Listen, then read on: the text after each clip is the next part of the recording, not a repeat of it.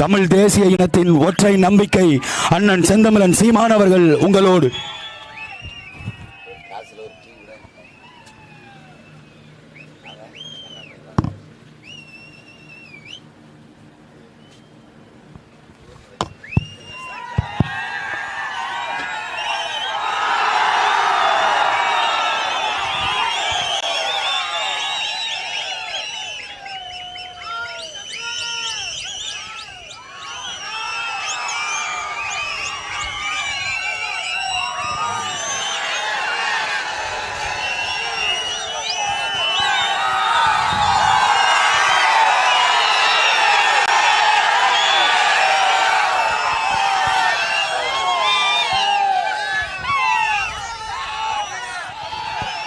நிறைந்த அன்பு கொண்டு நாங்கள் நெஞ்சார நேசிக்கின்ற என் அன்பு உறவுகள் அனைவருக்கும் வணக்கம்.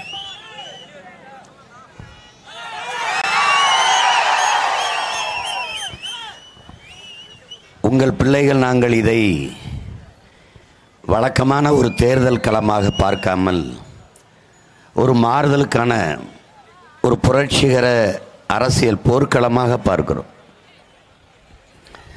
தேர்தலில் போட்டியிடுகிற மற்ற கட்சிகள் கூட்டணிகளையும் பாருங்கள், உங்கள் பிள்ளைகள் எங்களையும் பாருங்கள்.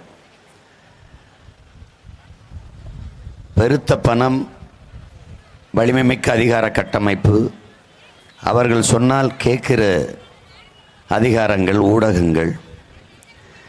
ஒரு கூட்டம் போடுவதானால் இந்த இடத்தில் சீமானை பேச விட்டு விடாதே என்றால் அதற்கு ஏற்ப வேலை செய்கிறார்கள். எளிய பிள்ளைகள் எங்களை எல்லோரும் அவரவர் சின்னத்தில் போட்டியிடுகிறார்கள். 70 வருடங்களாக ஒரே சின்னம் உதயசூரியன், 60 வருடமாக ஒரே சின்னம் இரட்டை இலை, தாமரை, கை, சைக்கிள், மாம்பழம், குக்கர், அவரவர் சின்னத்திலே. எங்களை மட்டும், உங்கள் பிள்ளைகள் எங்களை மட்டும் நாங்கள் 6 தேர்தலாக போட்டியிட்ட எங்கள் சின்னத்தை பறித்து கொண்டு தேர்தலுக்கு முதல் நாள் ஒரு சின்னத்தை கொடுக்கிறார்கள். ஆனால் நம்ப சொல்கிறார்கள் இது ஜனநாயகம், சமத்துவம், சம உரிமை, சம வாய்ப்பு. இதெல்லாம் வெற்று வார்த்தைகளாக இருக்கிறது. இந்த 3 கட்சி கூட்டணி, பாரதிய ஜனதா தலைமையில் ஒரு கூட்டணி, காங்கிரஸ், இந்த திமுக தலைமையில் ஒரு கூட்டணி, அதிமுக தலைமையில் ஒரு கூட்டணி. இவர்கள் காசு கொடுக்காமல் ஒரு ஓட்டை வாங்க முடியும் என்ற நம்பிக்கை இருக்கிறதா அவர்களுக்கு? எல்லாரும் அதிகாரத்தில் இருந்திருக்கிறார்கள், ஆட்சி செய்திருக்கிறார்கள். ஆட்சியில் அவர்கள் மக்களுக்கு செய்த ஒரு நலத்திட்டத்தை சொல்லியாவது ஓட்டு கேட்க முடிகிறதா என்று பாருங்கள். அப்படி இருந்தால் வாக்குக்கு எதுக்கு காசு கொடுக்க வேண்டிய தேவை வருகிறது? இந்த காசு ஏது? எங்கிருந்து வருகிறது? எங்கிருந்து வருகிறது? அரசு சாராயம் வித்த காசில் நடக்கிறது, கட்சி லாட்ரி வித்த காசு, போதைப்பொருள் வித்த காசில் நடக்கிறது. இதை தவிர திமுக என்ன, எங்கிருந்து வருகிறது காசு? எப்படி இந்த காசு? ஒரு தொகுதிக்கு ஒரு ஓட்டுக்கு 5 லட்சம், 500 ரூபாய். அப்படின்னா 5 லட்சம் வாக்கை நீங்கள் எடுக்கணும்னா 50 கோடி நீங்கள் முதலீடு செய்கிறீங்க. ஏது இந்த காசு? எப்படி வருகிறது இந்த காசுகள்? எல்லா கட்சியும் பணம் கொடுக்கிறது. பணத்தை நம்பி போராடி பெற்று சுதந்திரம் கட்டமைத்த ஜனநாயகத்தை ஒரு பணநாயகமாக மாற்றி நிறுத்துவதை எப்படி என்னுடைய அன்பு மக்கள் சகித்து கொள்கிறார்கள்? வெறும் 500 1000க்கு நம்ம உரிமை விற்பதென்பது தன்மானத்தை அடமான வைப்பதற்கு ஒப்பானது இல்லையா? என்றையிலிருந்து இது தொடர்ந்து பாருங்க இந்த அவலம். அதனால் அம்பேத்கர் அவர் காலத்திலே இதை ஆரம்பிச்சிருக்காங்க. அதனால் அவர் என்ன சொல்றார்? மதிப்புமிக்க நம்ம உரிமைகளை சில ரொட்டி திண்டுகளுக்காக விற்பது அவமானகரமானது என்கிறார். அன்னைக்கே ஆரம்பிச்சிருக்கான் எங்கள் தாத்தா முத்துராமலிங்க தேவர். ஓட்டுக்கு காசு கொடுக்கிறவன் பாவி, அந்த காசை வாங்கி கொண்டு ஓட்டு போடுகிறவன் தேச துரோகிங்கிறார். அவர் காலத்திலையும் கொடுத்துருக்கான். பேரறிஞர் அண்ணா தங்கத்தை யாராவது தவிட்டுக்கு விற்பார்களா என்று கேட்கிறார். அப்போ அவர் காலத்திலையும் கொடுத்துருக்கான். தவிட்டுக்கு தங்கத்தை வாங்கிறது யார்? அவர் பேரை சொல்லி கட்சி நடத்துகிறவர்கள் தான் தவிட்டுக்கு தங்கத்தை வாங்கி கொண்டே இருக்கிறார்கள். 3 ஆண்டுகள் ஆகிவிட்டது திமுக ஆட்சிக்கு வந்து. ஒரு நலத்திட்டத்தை, ஒரு நன்மை பயக்கும் செயலை சொல்லி வாக்கு கேட்க முடியாமல் 1000 ரூபா கொடுத்தோம் அதையே பேசிக்கொண்டிருக்கிறார்கள். அந்த 1000 ரூபாய் யார் பணம்? இந்திய ஒன்றிய அரசு, மத்திய அரசு பழங்குடி மக்களுக்கு, தாழ்த்தப்பட்ட மக்களுக்கு ஒதுக்கின நிதியில், அவர்கள் வளர்ச்சிக்கு நலத்திட்டத்துக்கு ஒதுக்கின நிதியை எடுத்து எல்லாருக்கும் 1000 கொடுத்துட்டு அதை ஓட்டாக்கி துடிக்கிறது திமுக. பாரதிய ஜனதா 10 ஆண்டுகள் ஆட்சி செஞ்சுட்டு அந்த ஆட்சியின் சாதனையை, நலம் பயக்கும் மக்களின் ஒரு திட்டத்தை, ஒரு நலத்திட்டத்தை சொல்லி வாக்கு கேட்க முடியாமல் ரோடு ஷோ நடத்தி டாட்டா காட்டி கொண்டு திரிகிறது. இவர்களை மறுபடியும் அதிகாரத்தில் அமர்த்துவது, இவர்களுக்கே வாக்கு செலுத்துவது என்பது பெருத்த ஏமாற்றமும் பைத்தியகாரத்தனமும் ஆகிவிடும். கற்ற சமூகம், என்னுடைய தமிழ் மக்கள், அறிவார்ந்த தமிழ் மக்கள், படித்த பிள்ளைகள், எதையும் ஆழ்ந்து சிந்தித்து கேள்விகளை எழுப்பக்கூடிய எனது உறவுகள், ஏன் இதில் இவ்வளவு ஒரு சகிப்புத்தன்மை? குறிப்பாக என் அன்பு உறவுகள், இஸ்லாமிய கிறிஸ்தவ மக்கள் திரும்ப இந்த திமுக வந்தால்தான் பாதுகாப்பு, திமுக விட்ட வேற யார், இதே ஒரு கருத்து. ஒரு நன்மையை சொல்லுங்கள். நான் கேட்டேன், ஒரு நன்மை திமுக ஆட்சியில் கிறிஸ்தவ இஸ்லாமிய மக்களுக்கு செஞ்ச ஒரு நன்மை. இதான் பார்க்குறேன், கன்னியாகுமரியில் ஒரு அருள் தந்தை ஜப வழிபாட்டிலுக்கு அவர்கிட்ட போய் திமுக ஓட்டு போட சொல்லுன்னு கேட்குறாங்க. அப்படிலாம் சொல்ல முடியாதுன்னொடனே ஓங்கி அடித்து மண்டையை 2 திறக்கி விட்டான், ரத்தம் கொட்டுது. ஆனாலும் அவர்கள் மாற மாட்டார்கள், திமுகவுக்கு தான் போடுவார்கள். ஏசுபிரானே வந்து திமுகவுக்கு போடாத சீமானுக்கு போடுனாலும் நீங்கள் ஏசுபிரானே இல்லை, இறை தூதரே இல்லைன்னு தான் சொல்லுவாங்களே ஒழிய அவர் பேச்சை கேட்க மாட்டாங்க. இப்படி ஒரு புறையோடி போன ஒரு நம்பிக்கை, அநீதி நடக்கிறது என்று தெரிந்த அந்த அநீதிக்கு துணை நிற்பது எவ்வளவு பெரிய கொடுமை. நபிகளார் சொல்றாங்க, அநீதியை கண்டு அச்சம் கொள்ளாமல் துணிந்து எதிர்த்து நின்று போராடுகிறவன் எவனோ அவனே உண்மையான ஜிகாத்துன்னு. அப்படி ஒரு ஜிகாத் இல்லையா? இருந்தார். என்னுடைய அண்ணன் பழனி பாபா அவர்கள் இந்த மண்ணில் ஒரு மகத்தான போராளியாக கிளர்ந்து எழுந்தார். அவரை பயன்படுத்தி கொண்டதா தமிழ் சமூகம்? இல்லை, பலி கொடுத்து விட்டது. மத வெறியர்கள் கொன்றார்கள். மதத்துக்கு எதிராக போராடுகிறோம், மதவாத சக்திக்கு எதிராக போராடுகிறோம் சொல்லுகிறவர்கள் அவருக்கு ஏன் ஒரு மரியாதை செய்யலை? அவரை ஏன் இந்த தலைமுறை பிள்ளைகளுக்கு பழனி பாபா என்ற ஒரு மகத்தான ஒரு போராளி இருந்தான் என்று ஏன் கொண்டு போய் சேர்க்கல? உங்களால் நம்ப முடிகிறதா? என் தம்பி தங்கைகளே, 22 வயது இளைஞன், எங்கள் தாத்தா மூக்கைய தேவர், அவர் பெரியவர், அவர் சட்டமன்றம் பாராளுமன்றங்களெல்லாம் இருந்தவர். அவரோடு நட்பு கொண்டு இன்னைக்கு உசிலம்பட்டியில் தேவர் கல்லூரி என்று ஒன்று இருக்கு. நாங்கள் ஒடுக்கப்பட்ட, கல்வி மறுக்கப்பட்ட சமூக மக்கள் படிக்கிறதுக்கு அந்த கல்லூரியை கட்டியதற்கு காரணமே பழனி பாபா தான். அவர் பேர் பாபா, பழனி ஊருங்கிறனால எங்கள் தாத்தா மூக்கையத்தவர் பழனி பாபா என்று கூப்பிட்டதுனால அது பேராயிட்டது. என்ன நடந்ததுன்னு நினைக்கிறீங்க? கடந்து போகும்போது இன்றைக்கி கல்லூரி இருக்கிற இடத்துல எங்கள் தாத்தா கண்கலங்கி மூக்கையத்தவர் போகும்போது, என்ன தேவரே கலங்குறீங்க அப்படின்னு கேட்குறாரு பழனி பாபா. இல்லை பாபா, இந்த இடத்துல தான் நம்ம சனங்களை எல்லாம் வெள்ளைக்காரன் குற்றப்பரம்பரை சட்டத்தில், கைரேகை சட்டத்தில் வச்சு அடைச்சி வச்சுருந்தான், நம்ம இங்கே தான் இந்த கைரேகை வச்சுக்கிட்டு இருந்தோம் அப்படின்னு ஒன்று. அப்போ சொல்கிறாரு, கைரேகை வச்ச நம்ம மக்களை இதே இடத்துல கல்லூரி கட்டி படிக்க வச்சு கையெழுத்து போடுகிற மக்களாக நம்ம மாற்றுவோம் தேவரே, நீங்கள் கொலைப்படாதீங்கன்னு.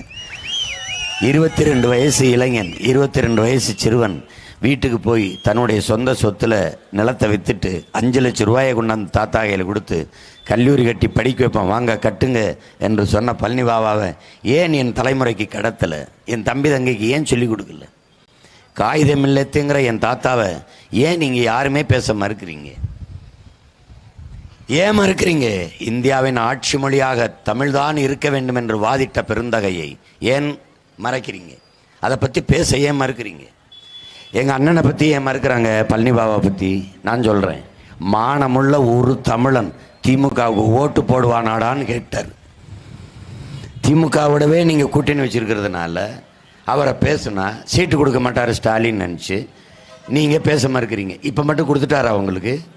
எத்தனை கிறிஸ்தவர் இஸ்லாமியர் கொடுத்துருக்குறாரு? பெரியாரை பேசுகிறவர்கள் பெண்ணிய உரிமை பேசுவார்கள், செயல்படுத்த மாட்டார்கள். பிரபாகரனின் பிள்ளைகள் தான் அதை செயலாக்கம் செய்வார்கள், செயல்படுத்துவார்கள். பாரத மாதாக்கு ஜே என்பார்கள். பாரத மாதாவை வன்புணர்வு செய்து கொலையை அவர்கள்தான் செய்வார்கள். அவர்களும் செய்தால் பாரத மாதா என்று பேசுகிறவர்கள் நாட்டின் முதல் குடிமகளை நிற்க வைப்பார்கள். அவளை தாழ்த்தப்பட்டவளாகவே பார்ப்பார்கள். அத்வானியும் மோடியும் உட்கார்ந்து பேசும்போது அந்த மகளை கைகட்டி நிற்க வைப்பார்கள். ஆனால் வெளியில் வந்து பாரத மாதாக்கு ஜே என்பார்கள், பாரத மாதா வாழ்க என்பார்கள். இது எப்படிப்பட்ட நாடு, எப்படிப்பட்ட கட்டமைப்பு, எப்படி எதை நோக்கி நகர்கிறது என்பதை எண்ணிலும் என் தம்பி தங்கைகள் கவனத்தில் எடுத்துக்கொள்ளணும். காசு வாங்கிட்டு ஓட்டு போடுகிற மக்களின் எண்ணிக்கையை அதை குறைக்கணும். என் மதிப்புமிக்க உரிமை விற்பனைக்கு இல்லை. காசை வாங்கிட்டு வாக்கு செலுத்துவது என்பது தன்மானத்தை விற்பதற்கு சமம். என் மானத்தை அடமானம் வைக்க முடியாது. மக்களாட்சியை ஏற்றுக்கொண்ட நாட்டில் இது என் மகத்தான உரிமை, அதை தர முடியாது, விற்க முடியாது என்று உணர்ந்து தெளிகிற ஒரு தலைமுறை தயாராகி வரணும். புரட்சிகரமான ஒரு தலைமுறை. மது மத போதை, சாதிய இழிவு தீண்டாமை, பெண்ணி அடிமைத்தனம், திரை கவர்ச்சி, இது எதுவும் இல்லாத அண்டாத ஒரு பெருநெருப்பாக ஒரு தலைமுறை தயாராகி வரும்போதுதான் பெரும் மாறுதலுக்கு இந்த சமூகம் உள்ளாகும். இல்லை என்றால் அதே தொடரும். வேறு வழி இல்லை. திமுக விட்டால் வேறு யார் இருக்கிறா? அதிமுக தான். அதிமுக விட்டால் வேறு யார் இருக்கா? திமுக தான். காங்கிரஸை விட்டால் வேறு யார் இருக்கா? பாரதிய ஜனதா தான். பாரதிய ஜனதா விட்டால் வேறு யார் இருக்கா? காங்கிரஸ் தான். 10 ஆண்டு காங்கிரஸ் ஆட்சியில் இல்லைன்னா புனிதராயிருவாங்களா? இந்த நாட்டை நாசமாக்கிய திட்டங்களை எல்லாம் கொண்டு வந்தது யார்? விதை போட்டது யார்? ஜிஎஸ்டி, மீள முடியாத வரிச்சுமையை நாட்டு மக்களின் சுமத்தது யார்? காங்கிரஸ். உழைக்கும் அடித்தட்டு மக்கள், சிற்றூர்களில் வாழுகிற ஏழை எளிய மக்கள் மருத்துவம் படிப்பதை கனவாக்கிய நீட்டுத் தேர்வை கொண்டு வந்தது காங்கிரஸ். என்ஐஏ என்கிற கொடிய ஆள் தூக்கி சட்டத்தை கொண்டு வந்தது காங்கிரஸ். அவர்கள் பெற்று பெயர் வைத்தார்கள். மோடி அதை நல்லா ஊட்டமாக உணவு கொடுத்து வளர்க்கிறார், அவ்வளவுதான். இது 2 கட்சிக்கும் என்ன வேறுபாடு கண்டீர்கள்? காங்கிரசின் பொருளாதார கொள்கை என்ன? அதே தனியார் மயம், தாராளமயம், உலகமயம். பாரதிய ஜனதாவின் கொள்கை என்ன? அதே தான். உன்னுடைய வெளியுறவு கொள்கை என்ன? அதே தான். என்ன கொள்கை? எவன் பாதிப்புக்கு ஆளாகிறானோ அவன் பக்கத்தில் நிற்காது, எவன் பாதிப்புக்கு ஆளாக்குறானோ அவன் பக்கத்தில் நிற்பது தான் இவர்களுடைய வெளியுறவுத்துறை கொள்கை. பாதுகாப்பு கொள்கை என்ன? அந்நிய தளவாடங்கள், இராணுவத்திலே 100 விழுக்காடு அந்நிய முதலீட்டை கொண்டு வந்தது 2 கட்சிகளும். 100 விழுக்காடு அந்நிய முதலீடு வந்துட்டது. தனியார் முதலாளிகளுக்கு நாட்டின் இராணுவத்தையே தாரை வார்த்து கொடுத்த கட்சி ஆட்சிகள் தான் இந்த கட்சிகள். எதை நம்பி நிற்பாய்? எதற்காக அந்த கட்சிகள் உனக்கு? இந்த பாரதிய ஜனதா எதற்கு? அண்ணாமலை இந்த ஊருக்காரர், சரி, நம்ம தம்பி இருக்கட்டும். உனக்காக நிற்பாரா? உன் கச்சத்தீவை மீட்பதை பற்றி பேசுவாரா? உன் மீனவனை அடித்ததை பற்றி பேசுவாரா? உன் காவிரி நதிநீர் உரிமையை பற்றி பேசியிருக்காரா? பேசுவாரா? மேகதாதில் அணை கட்டக்கூடாது என்று பேசுவாரா? இல்லை பேசி இருக்காரா? பேசுவாரா? ஏதாவது ஒன்று, உன் மொழி செத்து போனது, அதன் மீட்சிக்கு பற்றி பேசுவாரா? புதிய கல்விக் கொள்கை என்பது நம் பிள்ளைகளுக்கு எழுதி வைக்கிற மரண சாசனம் என்கிறார்கள் கல்வி பேரறிஞர்கள், கல்வியாளர்கள். அதற்கு உங்கள் கருத்து என்ன? மேகதாதில் அணை கட்டியே தீர்வோம் என்ற காங்கிரஸ் பாரதிய ஜனதாவின் கூற்றுக்கு இந்த மாநில கட்சியின், இந்த மாநிலத்தில் இருக்கிற தலைவரின் கருத்து என்ன? ஒண்ணுமில்லை. நீங்கள் எல்லோரும் அற்ப தேர்தல் வெற்றிக்காக, பதவிக்காக தமிழ் பேரினத்தினுடைய உரிமையை பறிகொடுக்க தயாரானவர்கள், எங்களின் உணர்வை மதிக்காதவர்கள், எங்கள் உயிரை ஒரு பொருட்டாகவே நினைக்காதவர்கள், எங்களை வெறும் ஓட்டாக மட்டும் மதிப்பவர்கள், எங்களை வெறும் வரியாக கவனிப்பீர்களை ஒழிய எங்கள் வாழ்க்கை பற்றி நீங்கள் ஒருபோதும் சிந்திக்க மாட்டீர்கள். இவர்களை மறுபடி இவர்களுக்கு வாக்கு செலுத்தி வலிமையை கொடுப்பது என்பது எவ்வளவு பெரிய ஏமாற்று. நீ போய் என்ன செய்வாய் சீமான் அப்படின்னு? உன் மகள் தென்மொழி போய் அங்கே என்ன செய்வாள்? இப்போது நான் எழுப்புகிற கேள்விகள் இருக்கிறதே, இதையெல்லாம் என் மகள் இந்திய நாடாளுமன்றத்துக்குள்ளே எழுப்புவாள். எவரிடத்திலும் பதில் இருக்காது, உலகம் பார்க்கும். 130 கோடி மக்கள் நாங்கள் இருக்கும்போது 543 பாராளுமன்றம் வைத்திருந்தீர்கள். 30 கோடி மக்களாக இருக்கும்போது இப்போ 130 கோடி மக்களுக்கும் அதே 543 பாராளுமன்றம் தான் வைத்திருக்கிறீர்கள். இப்போ ஒரு மாற்றம் தேவை. எப்படிப்பட்ட மாற்றம்? 6 சட்டமன்றத்திற்கு ஒரு பாராளுமன்றம் என்பதை மாற்றி 3 சட்டமன்றத்துக்கு ஒரு பாராளுமன்றம் என்று கொண்டு வாருங்கள். அப்போ உரிய பிரதிநிதித்துவம் இருக்கும் என்று பேசுவார். ஒருவர் ஏன் 2 பதவி 2 தொகுதியில் போட்டியிடுகிறார்? 2 தொகுதியில், முன்பெல்லாம் மோடி ராகுல் எல்லாம் 2 தொகுதியில் போட்டியிடுவார்கள். உங்களை நம்பலையா இல்லை மக்களை நம்பலையா? எதற்காக? ஒரு பதவியில் இருக்கும்போது ஒருவர் இன்னொரு பதவிக்கு எதற்கு போட்டியிடுகிறார்? ஏற்கனவே அவர் எம்எல்ஏவாக இருக்கிறார், பிறகு எதற்கு எம்பி பதவிக்கு போட்டியிடுகிறார்? உங்கள் பதவி ஆசைக்கு எங்கள் மேல் சுமத்தப்படுகிற அந்த தேர்தல், எங்கள் மீது திணிக்கப்படுகிற இந்த சுமை, அதை பற்றி கவலைப்படாத நீங்கள் எப்படி தலைவர்களாக இருப்பீர்கள்? எண்ணற்ற கேள்விகள். தமிழ் மக்கள், தமிழ்நாடு இழந்து நிற்கிற உரிமைகளுக்கு 450 டிஎம்சி தமிழ்நாட்டுக்கு தண்ணீர் வந்து கொண்டிருந்தது. இன்னைக்கு 150 டிஎம்சிக்கு போராட வேண்டியது இருக்கிறது. இந்த நிலைக்கு காரணம் யார்? ஐயா கருணாநிதி அவர்கள் உச்சநீதிமன்றத்தில் ஒரு வழக்கை தொடுக்கிறார்கள். தமிழர்களுக்கு சாதகமாக ஒரு தீர்ப்பு வரும் என்ற நிலையில் இருக்கும்போது அம்மையார் இந்திரா காந்தி பேச்சை கேட்டு அந்த வழக்கை திரும்ப பெறுகிறார்கள். காரணம், 376 சட்டப்பிரிவை பயன்படுத்தி ஆட்சியை கலைத்து விடுவார்கள் என்ற பயத்தில் வெறும் பதவிக்காக தமிழர் உரிமையை பறிகொடுத்த கட்சி இந்த திமுக. கச்சத்தீவை எடுத்து கொடுத்தார்கள் இந்திரா காந்தி. லட்சக்கணக்கான கோடிக்கணக்கான தொண்டர்களை வைத்திருக்கிறோம் என்று சொல்ற திமுக, அதில் லட்சக்கணக்கான மக்களை திரட்டி போராடி அந்த கொடுக்கக்கூடாது என்று தடுத்திருக்க முடியாதா? என் மீனவ சொந்தங்களின் வாழ்வாதாரம் பறிபோய்விடும் என்று தடுத்திருக்க முடியாதா? பதவிக்காக வேடிக்கை பார்த்து நின்றார்கள். அன்னைக்கும் இந்திய பாராளுமன்றத்திற்குள் மூர்க்கமாக முழங்கிய பெருந்தகை நம்முடைய தாத்தா முக்கையத்தவர் மட்டும்தான். கச்சத்தீவை கொடுக்கக்கூடாது, வரலாற்றில் பெரும் துரோகம் என்று. கல்வியை மாநில பட்டியலிருந்து பொதுப்பட்டியலுக்கு கொண்டு போக அனுமதித்தவர்கள் இவர்கள்தான். மருத்துவத்தை அனுமதித்தவர்களும் இவர்கள்தான். மின் உற்பத்தி விநியோகத்தை அனுமதித்தவர்களும் இவர்கள்தான். எல்லாவற்றையும் கொடுத்துவிட்டு இன்று இந்தியாவை காப்பாற்ற வாருங்கள் என்றால் எப்படி?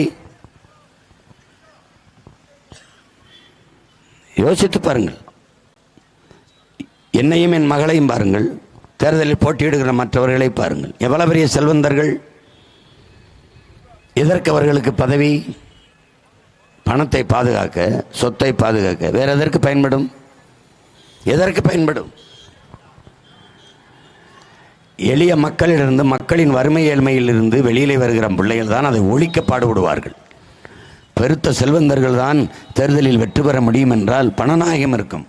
ஜனநாயகம் எங்கே இருக்கும்? ஜனங்களுக்கான அதிகாரம் எங்கே கட்டமைக்கப்படும்? ஏழை எளிய மக்களின் குரல்கள் யார் செவியில் எட்டும்? அவர்களுக்காக யார் பேசுவார்? பசித்தவனுக்காக யார் குரல் எழுப்புவார்? கவலைப்பட்டு கண்ணீர் வடிக்கிறவனின் கையை கண்ணீரை துடைக்க யார் கை நீட்டுவார்? உங்கள் பிள்ளைகளை எங்களை பாருங்கள். இந்த மண்ணின் மக்களின் எல்லா பிரச்சனைக்கும் நின்று போராடியவர்கள் நாங்கள். எல்லா பிரச்சனைக்கும் மக்களோடு நின்றிருக்கிறோம் நாங்கள். ஆனால் இந்த தேர்தலில் நாங்கள் வேண்டுவது என் மக்களை எங்களோடு நில்லுங்கள் என்றுதான். எல்லா துன்பதுயங்களும் உங்களோடு நாங்கள் நின்றிருக்கிறோம். இப்போது எங்களோடு நில்லுங்கள், எங்களோடு நில்லுங்கள், எங்கள் அருகில் நில்லுங்கள். உங்கள் பிள்ளைகள் நாங்கள் உங்களுக்கானவர்கள் என்று உலகத்திற்கு உறக்கச் சொல்லுங்கள். மற்றவர்களின் வெற்றி என்பது ஒரு நிகழ்வு. என் மகள் தேன்மொழியின் வெற்றி என்பது சரித்திரத்தில் மாற்றம், வரலாற்றில் பெரும் புரட்சி என்பதை உணருங்கள். ஒரு எளிய மகன் சீமான் அவன் பிள்ளைகளை நிறுத்தி, அவன் தம்பி தங்கைகளை, அவன் அன்பு மகள்களை நிறுத்தி ஓட்டுக்கு ₹1 காசு கொடுக்காமல், கோடிகளை கொட்டாமல், உயர்ந்த கொள்கையை சொல்லி காசுகளை கட்டுக்கட்டாமல் முன்னிறுத்தாமல் கருத்தை விதைத்து தமிழர் நாட்டில் ஒரு மாபெரும் புரட்சியை உண்டு பண்ணிவிட்டான். இதுவெல்லாம் நடக்குமா? இதெல்லாம் நிகழுமா? இதெல்லாம் ஜெயிக்குமா என்று எண்ணியிருந்த நேரத்தில் ஜெயித்து விட்டார்கள் என்று உலகம் திரும்பி பார்க்க சொல்லுங்கள். அதிகாரத்தில் இருப்பவர்கள் என்னை ஒரு தொலைக்காட்சியிலும் காட்டக்கூடாது என்று உத்தரவு போடுகிறார்கள். காட்ட மாட்டார்கள். கொட்டுகிற வெயிலில், கொளுத்துகிற வெயிலில் நான் என் மகளும் நின்று வாக்கு கேட்கிறோம். மற்ற கட்சி எந்த கட்சி கேட்குது? யார் நிற்கிறா? இப்படி எந்த கட்சிக்காரர் பேசும்போது பிள்ளைகள் இப்படி வெயிலை நின்று கொண்டு கேட்பார்கள்? எவனும் கேட்க மாட்டார்கள். அவர்களுக்கு கூட்டம் காசு கொடுத்து கூட்டி வரணும், ஓட்டும் காசு கொடுத்து வாங்கணும். ஆனால் தாங்கள் பெரிய கட்சி, நாங்கள் தான் அந்த கட்சி இந்த கட்சி என்பார்கள். நொந்த கட்சி. தமிழ்நாட்டில் ஒரே ஒரு கட்சி தான் பெரிய கட்சி, அது நாம் தமிழர் கட்சி மட்டும்தான். 40 தொகுதிகளும் தனித்து போட்டி. பெண்ணிய உரிமை பேசுவார்கள், பெண்களுக்கு உரிய இடஒதுக்கீடு, சிறுபான்மை மக்களின் பாதுகாப்பு என்பார்கள். 22 தொகுதியில் எத்தனை கிறிஸ்தவர் இஸ்லாமியருக்கு சீட்டு? பாரதிய ஜனதா ஒரு இஸ்லாமியருக்கும் தராது, திமுகவும் தராது. ரெண்டுக்கு என்ன மாற்று, என்ன வேறுபாடு? ராகுல் காந்தி வருகை ஏதோ தேவதூதர் வருவது போல கிறிஸ்தவ பெருமக்கள் கொண்டாடுகிறீர்கள். என் இன மக்களை கொன்று குவித்த துரோகி கொடுங்கோலன், அவரும் அவங்க அம்மாவும் அவங்க தங்கச்சி பிரபாகரன் குடும்பத்தில் ஒருவர் கூட உயிரோடு இருக்கக்கூடாது என்று சொன்னவர். நீங்கள் மறந்து போகலாம்.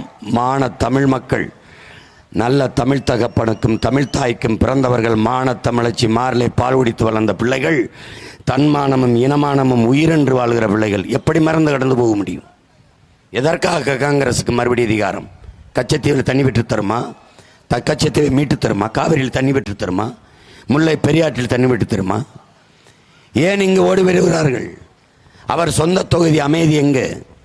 வட மாநிலத்தில் ஒரு தொகுதியோடு நின்று வெல்ல முடியாது என்ற அளவுக்கு செல்வாக்கை இழந்தவர் தான் ராகுல் காந்தி. கேரளாவில் வந்து வயநாட்டில் ஒளிந்து கொள்கிறார். போன முறையும் அங்கு வென்றார், இந்த முறையும் அங்கே நிற்கிறார். ஏன் உங்கள் நாடு என்னாச்சு? வட இந்தியாவில் வட மாநிலத்தில் ஒரு தொகுதியில் நின்று வெல்ல வேண்டியதானே? டெபாசிட் வாங்க முடியாது. இதுதான் காங்கிரஸின் நிலைமை. பிஜேபி 10 ஆண்டுகள் இந்த நாட்டாண்டுக்கு ஒரு சாதனையை சொல்லி ஓட்டு கேட்க முடியுதா? ரோடு ஷோ நடத்தி டாட்டா தான் காட்ட முடியுது. எங்களை மாதிரி நின்று மயக்க பிடிச்சி பேச சொல்லுங்க பார்ப்போம். என் ஆட்சியிலே 10 ஆண்டுகள் ஆட்சியிலே பாரதத்தின் பிள்ளைகளுக்கு, இந்த நாட்டின் குடிகளுக்கு நான் இவ்வளவு நன்மை செய்திருக்கிறேன். ஒன்றே ஒன்று ஒன்றும் சொல்ல முடியாது. ஆனால் இந்த 10 ஆண்டு ஆட்சியில் இவர்கள் செய்த அநியாயம், அக்கிரமம், படுகொலைகள், இவர்கள் மக்களுக்கு எதிரான கொண்டு வந்த சட்டங்கள், திட்டங்களை நாங்கள் பட்டியலிட்டு பேச முடியும். அவர்கள் ஒரு நன்மையை பேசுவார்களா? ஒன்றே ஒன்று, சிஏஏன்னு குடியுரிமை சான்றிதழ் விடுதலை பெற்ற இத்தனை ஆண்டுகளில் இப்போதான் யார் இந்திய குடிமக்கள்னு நீங்கள் தேடுறீங்க. அப்போ எனக்கு ஓட்டுரிமை கொடுத்தீங்க, பாஸ்போர்ட் கொடுத்தீங்க, அதில் சிட்டிசன் ஆஃப் இந்தியான்னு இருந்தது. ஆதார் கார்டு தான் எல்லாத்திற்கும் ஆகப்பெரிய அடையாளம். நீங்கள் இப்போ அதுபோக நீங்கள் குடியுரிமை சான்றிதழ் எடுங்கங்கிறீங்க. மக்களை 24 மணி நேரமும் பதட்டத்தில் வைத்திருப்பது தான் இவருடைய கொள்கை. ஏனென்றால் அமைதியாக நிதானமாக இருந்தால் சிந்திப்பான், சிந்திச்சா கேள்வி கேட்பான், அதுக்கு பதில் இல்லை. ஐயா சகாயம் அவர்களை சந்திக்கும் போது என்னிடத்தில் சொன்னது, ஐஏஎஸ் படிக்கிற போது மக்களுக்கு கற்பிக்காதே என்று சொல்வார்களாம். மக்களுக்கு அருகில் போய் கற்பித்து விடாதே, கற்பித்து விட்டால் அவன் தெளிவு வருவான், அறிவு வருவான், அவன் கேள்விகளை எழுப்புவான், நம்மிடத்திலே பதில் இருக்காது என்று. எப்படி வளர்க்குறான் பார், நாட்டை எப்படி உருவாக்குறான் பார். அறிவார்ந்த தமிழ் சமூக மக்கள் அதே சகாயமையா சொன்னதுதான். 2 மாதம் அவர் டாஸ்மார்க் கடை இருக்குல்ல, அதுக்கு பொறுப்பாக போட்டாங்க ஐயாவை. அப்போ எந்தெந்த பகுதியில் வசூல் குறைவாக இருக்குது அப்படின்னு அவர் சூப்பர்வைஸ் மேலாளராக போய் பார்க்க போகிறார். அப்போ சில கடைகளில் போய் என்ன வியாபாரம் ஏன் இவ்வளோ குறைவாக இருக்குன்னு கேட்கும்போது அவருக்கு விருப்பம் இருக்கோ இல்லையோ, பதவி அப்படி இருக்குது. அப்போ கேட்கும்போது அந்த டாஸ்மார்க் ஊழியர்கள் சொன்னாங்களாம், ஐயா அடுத்த வாரத்திலேருந்து சரியாயிரும், நீங்கள் கவலைப்படாதீங்க, இந்த இழப்பை அதில் ஈடு கட்டிடலாம். எப்படி கட்டுவீங்கன்னு? அடுத்த வாரத்தில் காலேஜ் திறக்குது, எப்படியே கல்லூரி திறக்க போகுது, அதனால காலேஜ் திறந்தோன்னே வியாபாரம் ஜேஜோன்னு ஓடிடும், அதனால இந்த 2 மாதம் டல் அடித்தது சரியாயிரும்னு என்கிட்ட சொல்கிறாரு. தயவு செய்து இதை பேசுங்க, மக்கள்கிட்ட பேசுங்க, பிள்ளைகளை படிக்க அனுப்புகிறோமா குடிக்க அனுப்புகிறோமான்னு கொஞ்சம் பேசுங்க. அப்படி நாடை எங்கே கொண்டு போய் நிறுத்தியிருக்கிறார்கள்? 50 ஆண்டுகளுக்கு மேலாக மாறி மாறி இந்த கட்சிகள் சின்னங்களுக்கு ஓட்டை போட்டுட்டு என்னையும் என் மகளை இந்த வெயிலில் தூக்கி நடு ரோட்டில் போட்டதை தவிர நீங்கள் சாதிச்சது என்ன? சாதிச்சது என்ன? மாற்றம்ங்கிற ஒரு சொல்லு இருக்கே, அது வெறும் சொல்லுதானா? அது செயலாகாதா? செயலாக வேண்டும். நோட்டை வாங்கிக்கிட்டு ஓட்டு போடுகிற கூட்டத்தின் எண்ணிக்கையை குறைக்க வேண்டும். காசு கொடுத்தாலும் நமக்கு ஓட்டு போட மாட்டார்கள், அவர்கள் நல்லவனை பார்த்தான் ஓட்டு போடுவார்கள் என்ற நிலைமையை உருவாக்க வேண்டும். அதற்கு எண்ணிலும் இல்லை என் தம்பி தங்கைகள் பாடுபட வேண்டும். அப்படிப்பட்ட மாற்றத்தை உருவாக்குவதற்கு பேர்தான் வரலாறு நெடுகிலும் புரட்சி என்று பெயர். அப்படிப்பட்ட புரட்சிக்கு நீங்கள் தயாராகுங்கள். இந்த நிலத்தில் நிலவுகிற கொடுமைகளை, துயரங்களை, துன்பங்களை, ஊழல், லஞ்சம் இவையெல்லாம் மாற்றுவது என்பது கட்சி ஆட்சிகளால் முடியாது, புரட்சி ஒன்றால் தான் புரட்டி போட முடியும். அப்படிப்பட்ட புரட்சிக்கு என் உயிர் தம்பி தங்கைகள் தயாராகுங்கள். அப்படி தயாராகி வந்த என் மகளை பாருங்கள். அவளுக்கு என்ன வந்தது? கல்லூரியில் பேராசிரியை, மாசமானால் சம்பளம், பாடம் நடத்தினமா காசை வாங்கினமா போகலாம். இந்த அப்பா சொல்லிவிட்டேன் என்பதற்காக, ஒற்றை சொல்லுக்காக நான் வருகிறேன் அப்பா என்று என் கூட வந்து இந்த வெயிலே நின்று போராடுகிறான் என்றால் சமூகத்தை மாற்றணும். மார்க்ஸ் சொல்றான், என் அன்பான மக்களே, என் அருமை உடன் பிறந்தவர்களே, தான் பிறந்த குடும்பம் வாழ வேண்டும் வளர வேண்டும் என்று உழைக்கிறான் என்றால் ஒருத்தன் மனிதனாகிறான். அதை போலவே தான் பிறந்த சமூகமும் வாழ வேண்டும் வளர வேண்டும் என்று போராடினால் உழைத்தால் அவன் மாமனிதனாகிறான் என்று சொல்கிறான். அப்படி என் மகள் தானும் தன் குடும்பமும் வாழ்ந்தால் போதாது, தான் பிறந்த பெருமை மிக்க சமூகம் வாழ வேண்டும் வளர வேண்டும் என்று போராட வந்த பெருமகள் என் அன்பு மகள் தேன்மொழி. அறிவார்ந்த தமிழ் சமூக மக்களே, என்னிலும் இல்லை என் தம்பி தங்கைகளே, எந்த துணிவில் சீமான் தனித்து நிற்கிறான், நீங்கள் எல்லாம் என் கூட நிற்பீர்கள் என்ற துணிவில் தான்.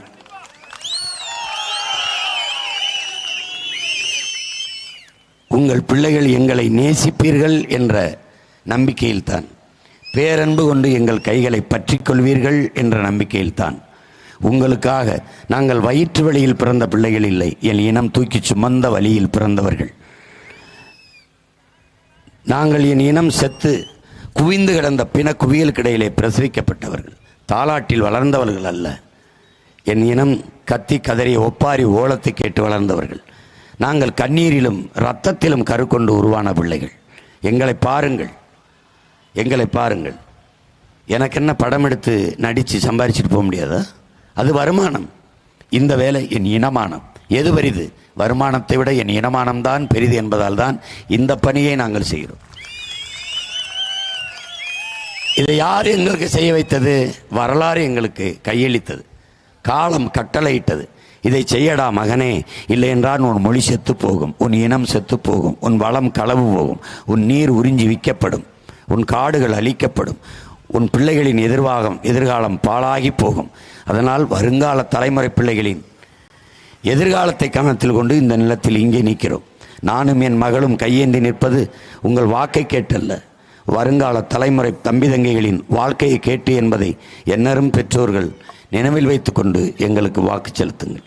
என் அன்பு மகள் தென்மொழிக்கு மைக்கு சின்னத்திலே வாக்கு செலுத்தி பெரம்பலூரில் வெற்றி பெறச் செய்யுங்கள். போட்டியிடுகிறவர்களையெல்லாம் பாருங்கள்.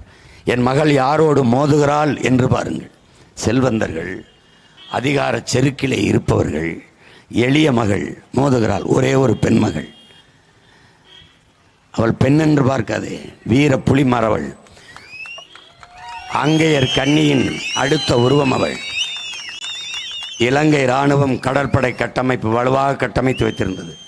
அந்த கடற்படையை மொத்தமாக இயக்குகிற கப்பலை ஒற்றை மகள் என் தங்கை அங்கையர் கண்ணி 30 கிலோமீட்டரை 13 மணி நேரங்கள் குளிர் நேரத்தில் கடலிலே நீஞ்சி சென்று ஒற்றை மகளாக மோதி வெடிக்க செய்தால் அந்த அங்கையர் கண்ணியின் அடுத்த உருவம்தான் என் அன்பு மகள் தேன்மொழி என்பதை நினைவில் வைத்துக் கொண்டு வாக்கு செலுத்துங்கள் என் உடன் பிறந்தார்களே. உரிமை இழந்து கிடக்கும் உழைக்கும் மக்களே, அதிகாரத்தை எதிர்த்து போராட அஞ்சுகிற அடித்தட்டு மக்களே, உங்களின் குரலாக என் அன்பு மகள் இந்திய நாடாளுமன்றத்திற்குள் ஒலிப்பார். இங்கே என் இனம் என் நிலம் இழந்திருக்கிற உரிமைகளை மீட்பார். நம்பிக்கையோடு உங்கள் பிள்ளைகள் எங்களை நம்பி மைக்கு சின்னத்திலே ஏப்ரல் 19 வாக்கு செலுத்துங்கள். எங்களின் வெற்றி உங்களின் வெற்றி. என் மகள் தேன்மொழியை நான் வேட்பாளராக நிறுத்தியிருக்கிறேன் என்ற எண்ணத்தை கைவிடுங்கள். உங்கள் ஒவ்வொருவரையும் நான் இந்த பெரம்பலூர் தொகுதியிலே வேட்பாளராக போட்டிருக்கிறேன். என் மகளின் வெற்றி உங்கள் வெற்றி என்ற கவனத்தில் வேலை செய்யுங்கள். என் பேச்சை கேட்டுவிட்டு கலைந்து செல்லாதீர்கள். வீட்டுக்கு செல்லுங்கள், அலைபேசி எடுங்கள், உங்களோடு பகிரியில் தொடர்பில் இருக்கிற எல்லாருக்கும் செய்தியை பகிருங்கள். உங்களுடன் படித்தவர்கள், உங்களுடன் பணி செய்பவர்கள், உங்கள் உற்றார் உறவினர், உங்கள் உடன் பிறந்தவர்கள், பெற்றோர்கள், பேரன்புமிக்க உறவுகள் எல்லோருக்கும் அழைத்து பேசி மாறுதலுக்காக ஒரு சின்னம் வந்திருக்கிறது, மைக். அந்த மைக்கு சின்னத்திலே வாக்கு செலுத்தி நாம் நம் ஜனநாயக கடமை ஆற்றுவோம் என்று சொல்லுங்கள். புரட்சி எப்போதும் வெல்லும். உங்கள் பிள்ளைகள் எங்களின் வெற்றி அதை சொல்லும். இலக்கு ஒன்றுதான், இனத்தின் விடுதலை. இனம் ஒன்றாவோம், இலக்கை வென்றாவோம். தமிழ்தாய் வாழ்க, தலைவர் பிரபாகரன் வாழ்க, நாம் தமிழர்.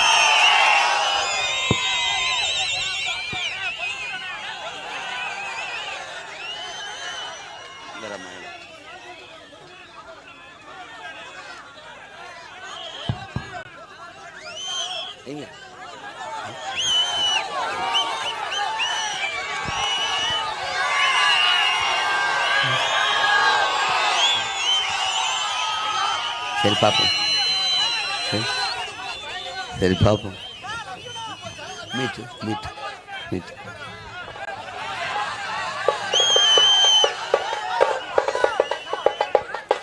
ஓட்டு போட போற பொண்ணு ஒதுங்கி நிக்காத, கண்ட கண்ட சின்னங்கண்டு கலங்கி நிக்காத. ஓட்டு போட போற பொண்ணு ஒதுங்கி நிக்காத, கண்ட கண்ட சின்னங்கண்டு கலங்கி நிக்காத.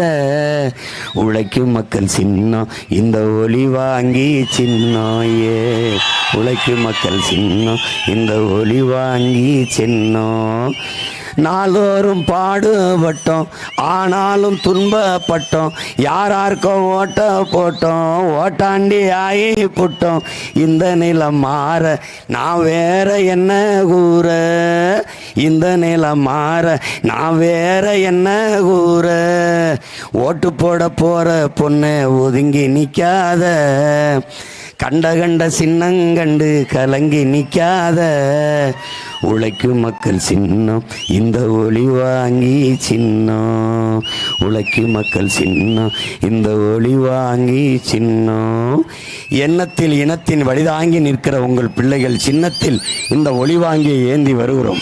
என் அன்பு மகள் தேன்மொழியை பெரம்பலூர் மக்களிடத்தில் ஒப்படைக்கிறேன். என் மகளை வெற்றி பெற செய்து இந்திய நாடாளுமன்றத்திற்குள் அனுப்புவேன்.